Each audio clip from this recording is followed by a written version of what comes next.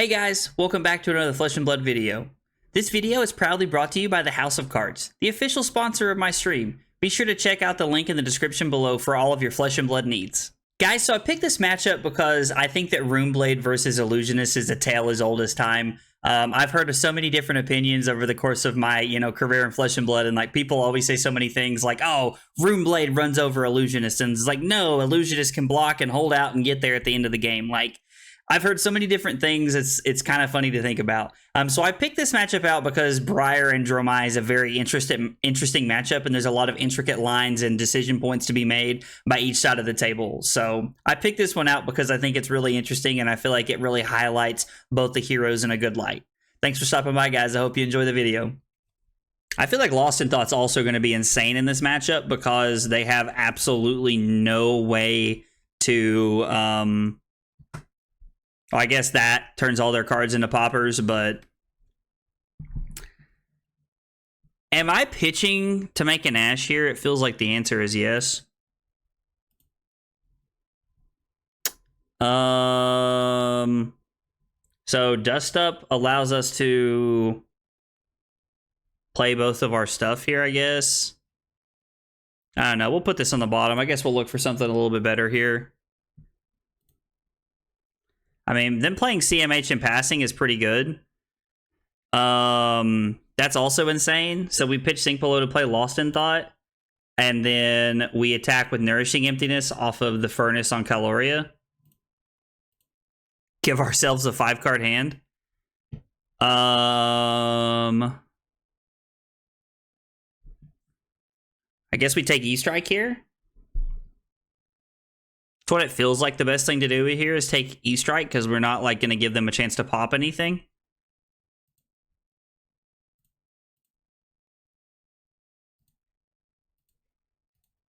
I mean, they can block this if they want, but we're giving ourselves a chance to have a 5-card hand. They'd have to give me like a Lightning Surge, a Grasp, and a Crown because they don't have an embodiment here. They also have 0 non-attack actions in their hand. Taking the E-Strike pretty much turns their like hand off. So Lost in Thought, MVP. Lost in Thought, putting in the work. I mean, that's fine. We're getting basically all of their equipment out of the way early, which I'm a pretty big fan of. So feels like a pretty good start to our game here. Now they do have.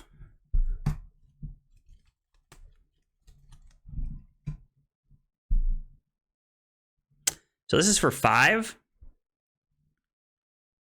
So this is literally just Kyloria is all it is. So if we block Miragai Furnace, we block 5, and then we go Rabble, we go burn them all Azvolai Rabble. I think is the better line here. I think that's our best play. And I mean, we still get to keep 2 Ash, so like I don't feel like it's a bad line or anything. They're going to come in for 7 here to get value out of their CMH, and we're going to go to 33. I don't like giving them an embodiment, but so burn them all. Azvolai Rabble.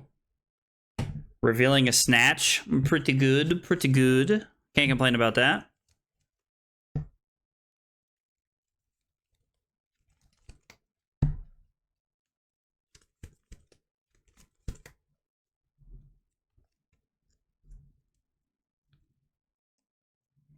You know, guys, I have to say, like, I try not to, like, rewind the clock too much when I'm streaming, but what Carly was talking about earlier is honestly, like, it's really cool how she was talking about how like there's just a lot of different people of like a lot of different like nationalities that like hang out in the chat, and honestly like that's like it's just really I don't know, like it's really cool. Like I kind of have to like keep my fangirling to a minimum, because like I'm a pretty small streamer, and so being able to just like being able to like say that like there's like bring like kind of like literally like almost like bringing parts of the world together to like hang out and play games is it's really cool. And I don't feel like that's something that everybody gets to say. Uh-oh. I'm in danger. Oh, they are playing Anthem of Spring. I mean, that card looks sweet. I haven't seen any of the Briar lists from top 8. So what is this going to be for, like, 8? Go again on hit draw card? So I could give...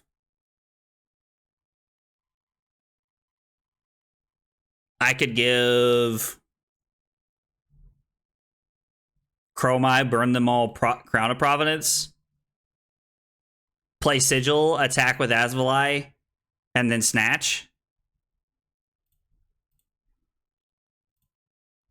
Like, this seems like a pretty good... Seems like a pretty good little turn. I'm not going to sink anything. My hand is, like, already pretty good.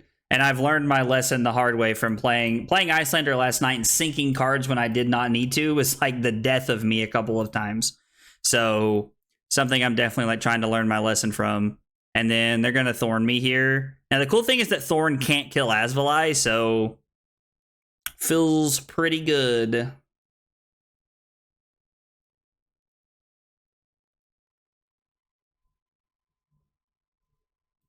Plus, we stop them from drawing a card, which is sweet. So we're going to go to 29 here. The only equipment block we have left is Furnace, and we really want to try to hang on to that if we can. Anthem of Spring being a blue. Now, if this thing blocked for 3, it would be insane. Like, I feel like James White intentionally did not give a Briar specialization that has the potential to block for 4.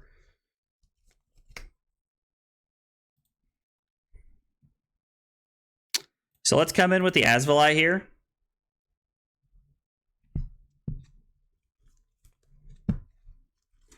We come in with the Azvolai here for 2 arcane and 2 physical.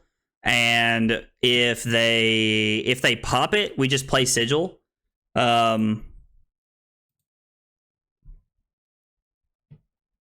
If they don't block, we're just gonna like play our reaction and play Sigil and go to 32, and then we're gonna play the Snatch and force them to think about giving us a card here.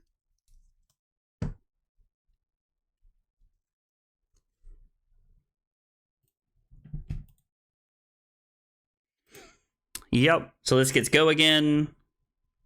You go to 28 and snatch them up. Okay. I figured they would block this here. If they could still have a functioning hand and block, I figured they would. So we're currently up 4 points and we have a little bit of board presence. So it makes me feel a little bit better. At some point, they have to decide whether they're going to attempt to kill my dragons or whether they're just going to spend the entire game trying to race me. I don't think they can race me, if I'm just being entirely honest. Like, I just think that, like, Mara has built this deck in a way that, like, just provides so much value over the course of the game. So, play Miragai. What did he pick off a captain's call? Go again? So, 4 go again. Okay, so they're going to kill Azvolai here, which, I mean, makes sense. That's a good call. And then if they want, they can just Thorn. Okay. So they're going to throw something with... So this is just 7 go again. So...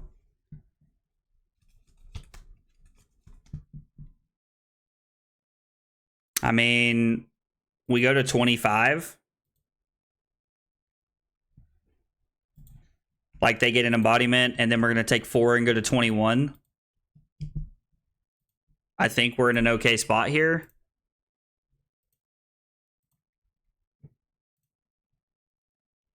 We get to pitch Yendurai to play Miragai.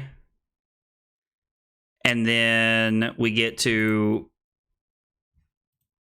I guess it's technically correct to activate Furnace here. And then play Rake the Embers, and we'll still get to have 1 Ash left.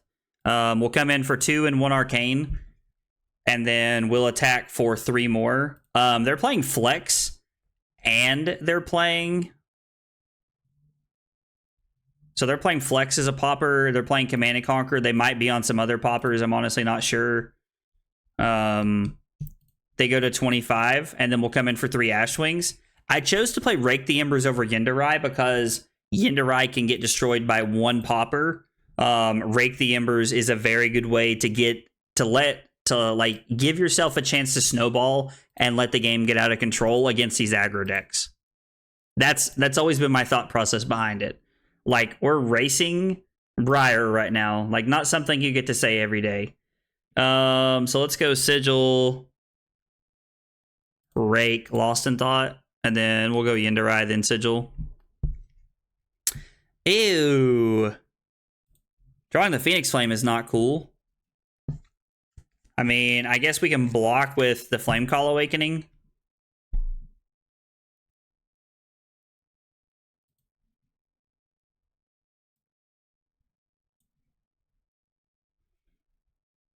I mean, I guess if worst really comes to worst, we can just friggin' play the Phoenix Flame, which I'm not a fan of.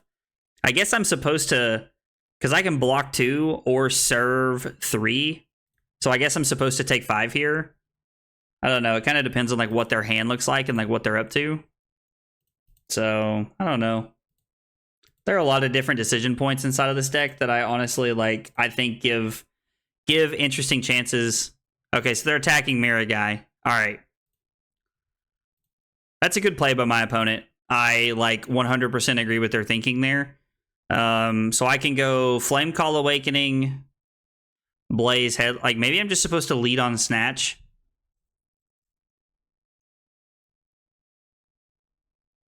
I mean, they do have an embodiment, which means they have a pretty good chance that they can block 4 from their hand. More than likely, there's a way for them to block 4.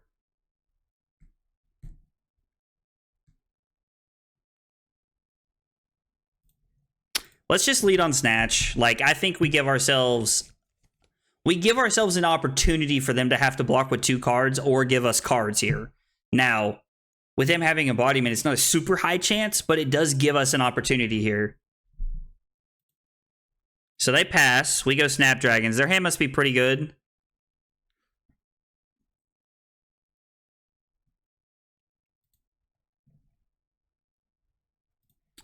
So 4 go again.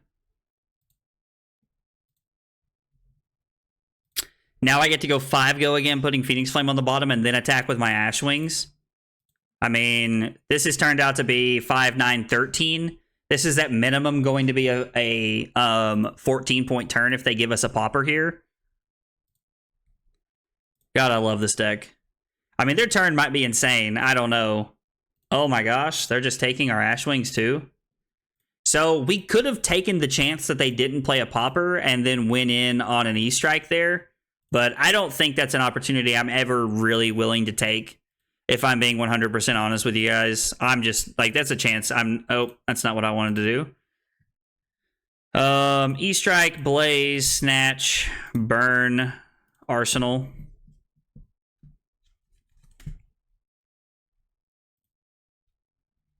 Block Command and Conquer. Pitch Dustup to play Billowing Mirage. Or I'm sorry. I guess we'll have to see what they do, but we kind of need our whole hand here. So we're going to take 1. I'm trying to think of how... So we pitch Dustup for Billowing Mirage. We pitch Flamecall. We pitch Command and Conquer for Flamecall Awakening. And then we can end on Command and Conquer. Or maybe our turn is just... Maybe our turn is just block a ton.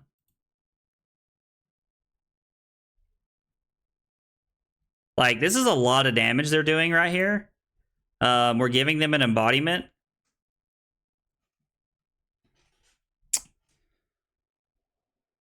I could block 6. Block Command and Conquer, pitch Billowing Mirage to play Flamecall Awakening, come in with Dustup. I mean, that's still a 7-point turn. They also have no AB, but they're pretty much guaranteed poppers here.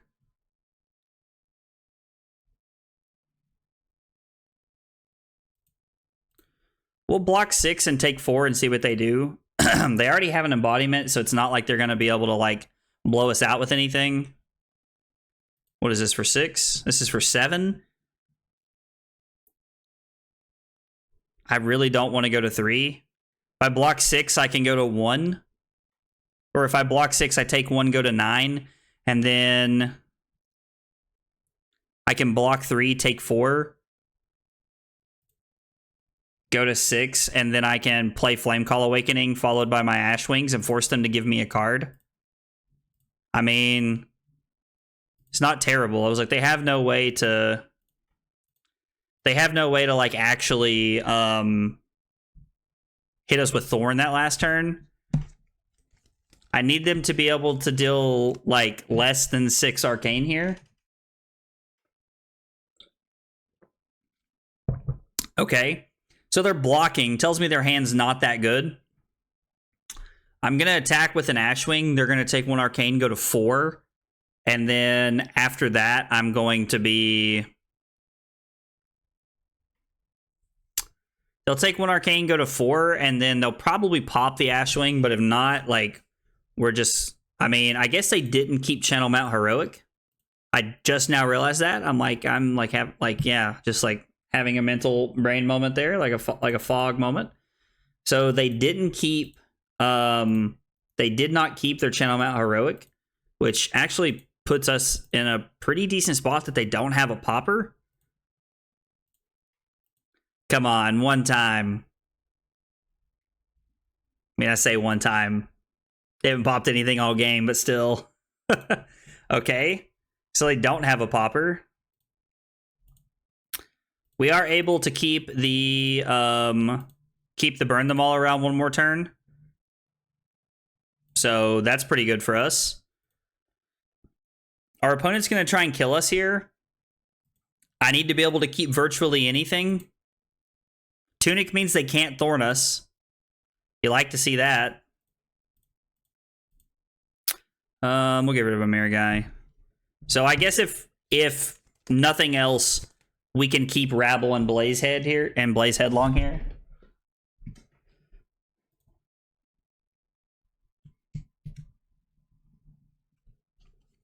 We might not be able to keep anything. I don't like. We need to keep something here.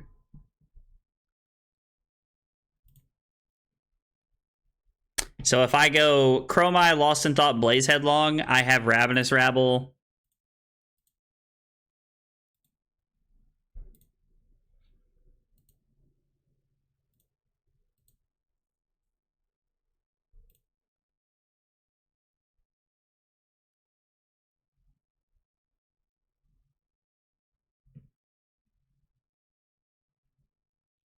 All right. I'm going to take the Arcane. I'm going to go to 2 here because that means I can still block the Rune Chant off of my Ashwings here. Like, I can block the Rune Chant and I can block one of the Rosetta Thorn damage here if it comes to that. And I can still live at 1. So, giving myself outs here. Plus, the only thing I really need to do is attack with an Ashwing this turn and strip cards from their hand. God, it is, like, obnoxious how good this deck is. So my opponent starts the game out with CMH on turn 0. That was pretty scary for me, and I thought it was going to go downhill fast. Luckily for me, I was able to, kind of like, throw some, like, red attacks and not focus too much on dragons, and it didn't put me in a very awkward spot.